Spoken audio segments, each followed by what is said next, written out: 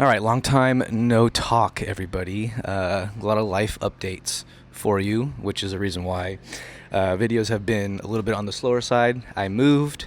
Work has been crazy. I've literally been working the last 4 weekends in a row, plus moving. And I got sick, so the car was put on a little bit of a standstill. But hopefully by the end of April, I will have all my tools and basically my own little shop in the new garage at my new place with my girlfriend. So I'll be looking forward to that. That way I can work whenever I want at whatever time I want, so I can get videos out all the time. So enjoy some of the work that has been done so far that I've been able to film. For today, we're heading back to the trailing arms. As I was putting them in, I just kind of realized something, which is I think I need new rear hub bearings. The reason being is the bearings itself are supposed to be almost virtually silent, which if you can hear, there's a little bit of a grinding noise. Right, it doesn't sound like much, but the other side was much worse, and I already did the other side just to make sure I knew how to do it before I filmed it. And that side was like every time it was rotating, so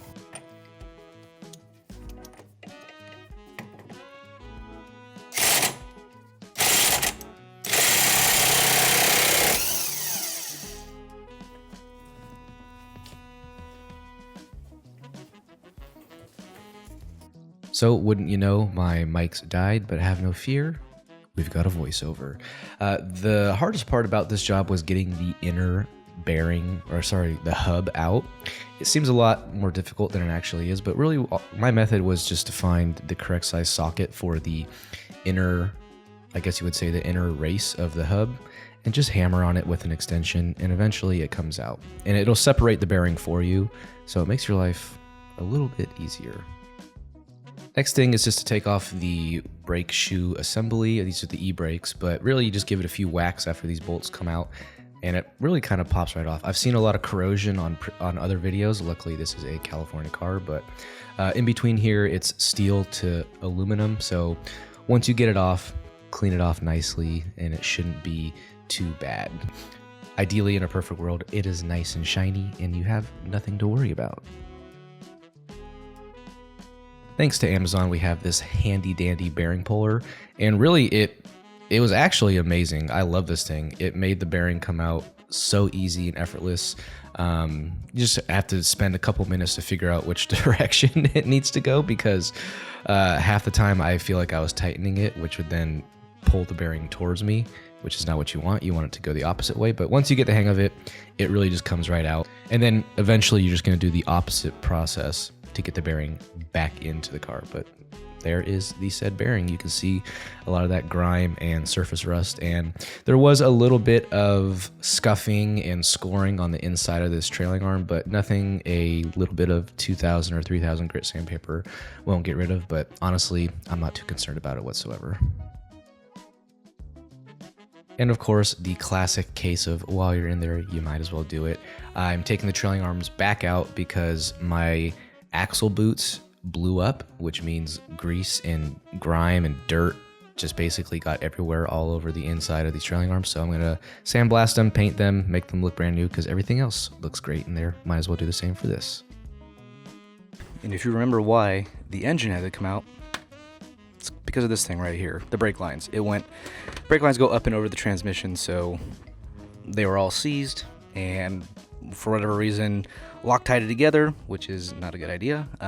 So in order for these to come out, the transmission had to come out, which means the engine had to come out. So today, we are putting new ones back in the car, and I've never done it before, so we'll see how it goes.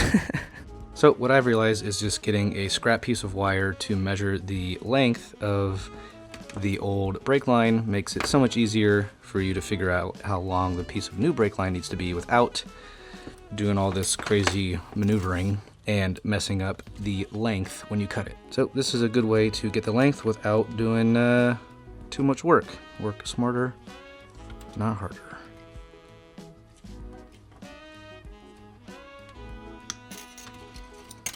Now you can just use the wire that you had as your guide to measure out the length on the actual piece of brake line, and you are good to go.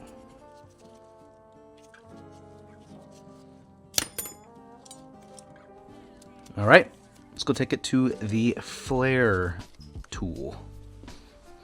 All right, so pretty standard line. Porsche calls for a 3/16 line, or I believe that translates to a 4.75 millimeter line, I think.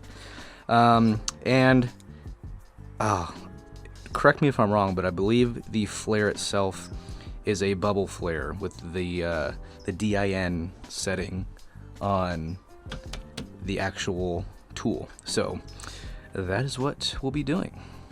So we're just gonna make sure the line that you can see that's sticking out a little bit is perfectly flush with this block right here.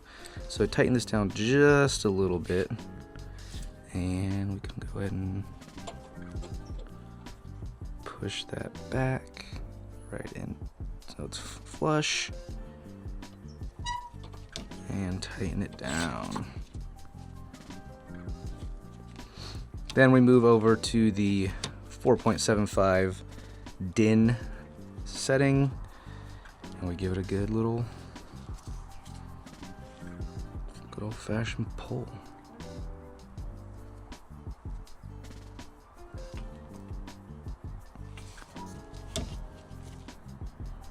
Is the flare. You just want to make sure that it seats properly with your nut, and I guess you won't really know when it seats properly until you start bleeding the brakes, but so far I think it looks decent. Now you have the new one and the old one. If you really want, you can start bending and matching the old one to the new one, or new one to the old one. Luckily, I only have to go from this point to this point right here, so it's really just, you know, that long. I can put a few bends in it and see how it goes.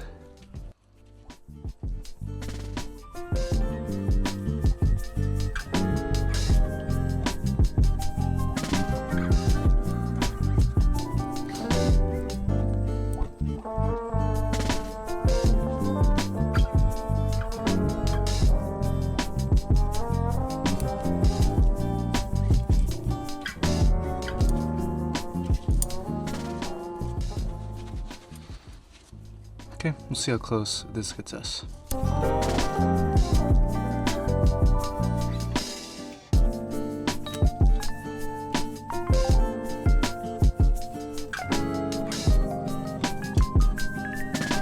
All right, so nice and loosely fitted in here. I think it's got a good, nice little bend, and just like the stock one, it rests just inside this opening. So it doesn't need as many bends as the stock one, but it got there just in the same amount of length, so pretty happy with that. And as you can see, I did a quick little mock-up with the soft line to the hard line, and we have plenty of connection here, so I'm very happy with this. From the old lines that were seized on here to the new lines now, the mechanical is almost done, and I can finally get this engine back in sooner than later and get it back on the road. So the last bit of hard lines I have to do are the caliper lines that go to the trailing arms, which then ultimately connect right here at the end of this soft line.